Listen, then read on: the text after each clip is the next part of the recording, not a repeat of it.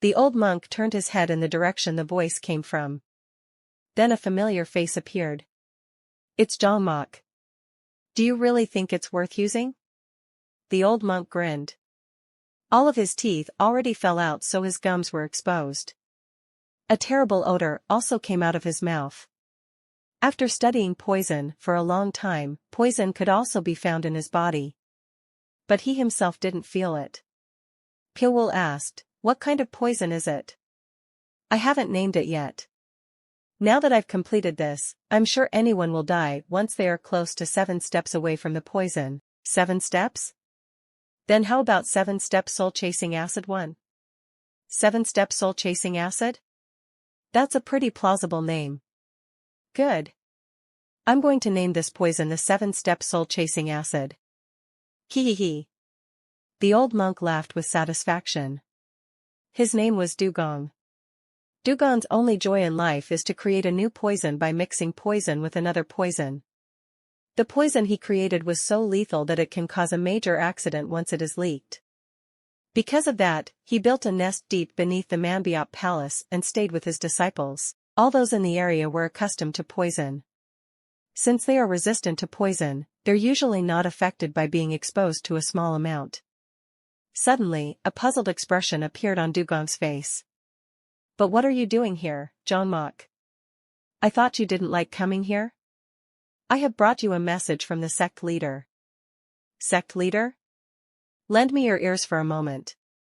At Pilwul's words, Dugong brought his ears closer to Pilwul without showing any signs of doubt. Puke. At that moment, a ghost dagger pierced his ear. Dugong's eyes widened. He couldn't even scream. Why did you? Dugong's thoughts did not continue until the end. This is because Pilwul pushed the ghost dagger deeper into Dugong's ear. A porcelain bottle containing 7-step soul-chasing acid fell from his dead hand. If the bottle fell to the floor and broke, a tremendous amount of poison would spread. But Pilwul managed to catch the bottle before it could even hit the floor. The disciples of Dugong have yet to notice his death. Because everything happened so quickly, Pilwul laid Dugong's body on the floor and then killed his disciples one by one. He would kill them in either 2 ways. One is by cutting them using the ghost dagger, or by strangling their throat using the soul-reaping thread. Dugong's disciples could not even scream as they died one after another. In an instant, the underground cave became a land of death. A place where no one would dare to enter because of the poison. A place that is unnecessarily vast and full of darkness. Pilwul liked this place. Looking at the underground cave reminded him of the days when he was still learning how to kill. It was a time when he couldn't relax for even a single moment because it was full of various machinery and traps. Pilwul looked at the underground cave. He grasped the terrain and carefully observed what was inside. Dugong and his disciples almost lived here. It was extremely rare for them to come out. Others were also reluctant to contact them. Because of that, they gathered all the things they needed to live. The things were piled all up in a warehouse made by remodeling one side of the underground cave. Pilwul nodded. Good. Inmok sat cross-legged and was absorbed in his thoughts. He was a member of the Mad Blood monks. He was also so incredibly dedicated that he did not neglect his martial arts for even a single day. No matter what, he would always take the time to hone his martial arts skills. Thanks to that, his martial skills surpassed the level of the Mad Blood monks and were comparable to those of the Demon Blood monks. Although Takmok is the leader of the Mad Blood monks, Inmok was the strongest among the Mad Blood monks simply in terms of martial arts. He couldn't train because he has been wandering around Namling Forest for the past few days. Therefore, as soon as he returned to his residence, Inmok entered meditation. He did not notice the dark shadow creeping into his dwelling. The black shadow who opened his lock without a sound approached Inmok, completely killing the sound of his footsteps. Inmok felt a strange aura, so he quickly stopped meditating and opened his eyes. At that moment, he felt something tighten around throat. A streak of a thread was holding his neck like a noose. The moment Inmok struggled, the thread cut into his flesh, making him stop breathing. Inmok could not even let out a scream as he died. the black shadow rewinded the thread. The owner of the thread was Pyowool. Pyowool left Enmok and hid in the next room. Another Mad Blood monk lost his life in vain. So, the Grim Reaper visited all the rooms of the Mad Blood monk one after the other. When the next morning came, the Xiaolialayan temple was turned upside down, because bodies of the Mad Blood monks were found. All 30 Mad Blood monks were all dead without any sign of resisting. The first to discover the body was a low-level disciple who was doing chores. He was in charge of collecting and washing the clothes of the Mad Blood monks. When he knocked on one of the rooms of the monks, no matter how much he waited, no one came out. When he couldn't stand waiting any longer, he went inside and then found the body. A Mad Blood monk was dead in his room.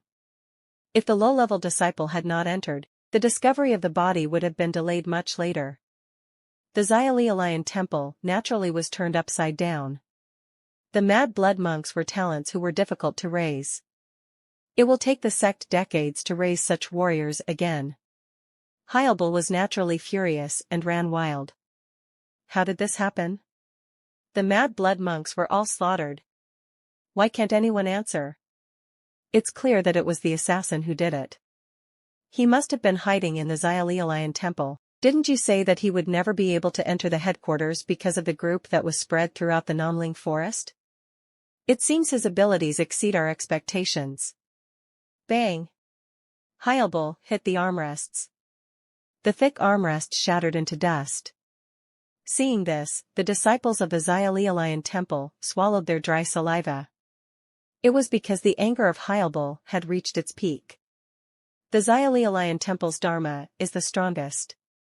The Xiaolialayan temple is the kind of place where weak martial arts are eliminated. Hyalbul was the warrior who was said to have the most powerful force among all the Buddhist monks in history. If he was angry, no one in the Xiaolialayan temple could escape. It was the same even if it was the 10 monks. Hyalbul's 10 monks bowed their backs and waited for Hyalbul's anger to subside. But as time went on, the wrath of Hyalbul only grew stronger. 30 people died. It was also within their home base, the Xiaolialayan temple. He's hiding here. I'm sure he's killing someone by borrowing someone else's face.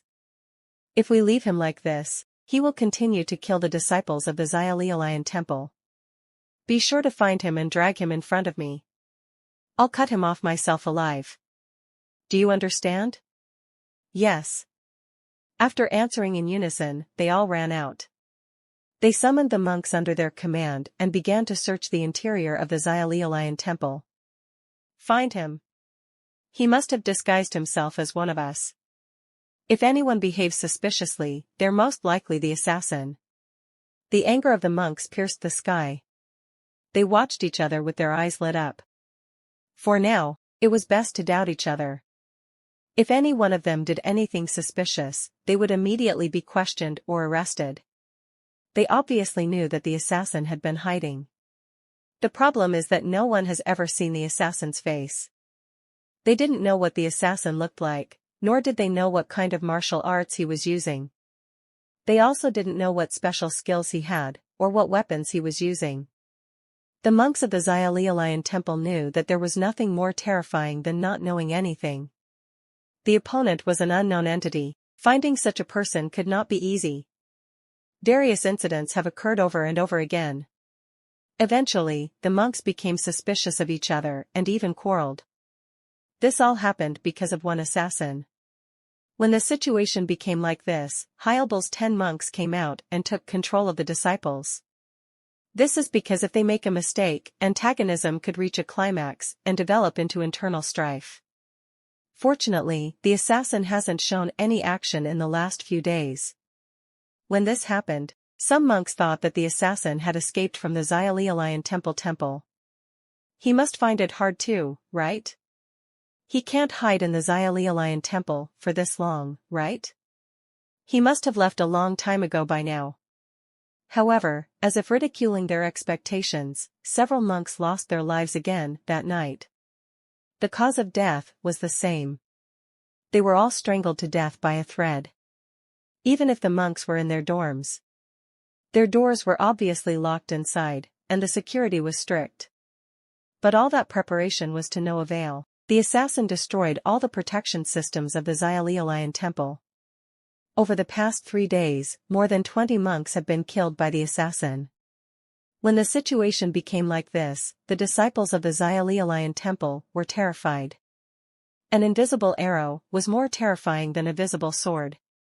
The fear of when they would become targets of the assassin and leave this world stifled their actions. What kind of situation is this just because of a single assassin? Hyalbul burst into rage. There is nothing to be afraid of. He is all alone anyway. If we work together, he won't be able to do anything to us. The 10 monks also encouraged their disciples. But even with their encouragement, there were about a dozen or so disciples who lost their lives overnight. The cause of death was the same. The assassin was never in a hurry. He didn't even leave any traces. He thoroughly sought the gaps of the Xiaolian monks, and never failed. Because of that, as the days went by, the fear of the monks grew like a snowball. He's like Azura. The main base is being swayed by just one assassin. Myangak, a member of Hyalbul's 10 monks, muttered, wiping the sweat from his forehead. His eyes were red and bloodshot because he hadn't slept well for the past few days. The pressure on his body was not a joke as he was always in high alert, not knowing when the assassin might attack. The back of his neck was hard like a stone, and no matter how much he tried, his fatigue could not be relieved. If you catch the bastard, I'll surely tear it into 1,000 pieces. Myangak radiated his chi and moved forward. All the monks of the Xiaolian temple were in a state similar to Myangak. Their nerves were very sharp, they were filled with anger, and it felt like they were about to explode even with a slight shock. The place Myangak was headed to was the dwelling place of Hukum. After returning from Chengdu, Hukum only stayed in his dwelling place. The entire Xiaolian temple was turned upside down by one assassin, but he did not show his face even once. Hukum caused this situation, so he had to solve it. Some of the disciples who saw him hastily bowed their heads to greet him. But they didn't come close. After the assassin killed the monks were wary of getting close to each other. This is because the assassin might turn into an ally and approach him. Same was true for Myangak. He only nodded his head to receive the monks' greetings, but he did not come close or even say a warm word to them. That was then. Puk. The soles of his feet suddenly tingled. When he looked at the soles of his feet, he saw fine silver needles stuck upside down. From the area where the silver needle pierced him, he felt his body slowly becoming paralyzed. Poison? Myangak hurriedly tried to drive out the poison, but before he could even move with his chi, his upper body was already paralyzed. Sin. His vocal cords were also stiff, and his voice barely came out. His body was as hard as a stone statue, but his mind was strangely clear. Myangak remembered that Dugong, who stayed in the basement of the Mambiop Palace, once made a similar poison a long time ago. Is it possible that Dugong has also been attacked by him? At that moment, a black shadow appeared in front of Myangak. The black shadow, who appeared silently like a snake, stared intently at Myangak. As soon as he saw his expressionless eyes, Myangak realized that he was the assassin he had been looking for so much. As expected by Myangak, the black shadow was Pyowul. Pyowul carried the paralyzed Myangak on his shoulders. Although the weight of Myangak was quite heavy, Pyowul flew lightly like a feather, as if he did not feel his weight. Shortly after Pyowul disappeared, the monks of the Xiaolian temple passed by. But no one noticed that Myangak had already disappeared.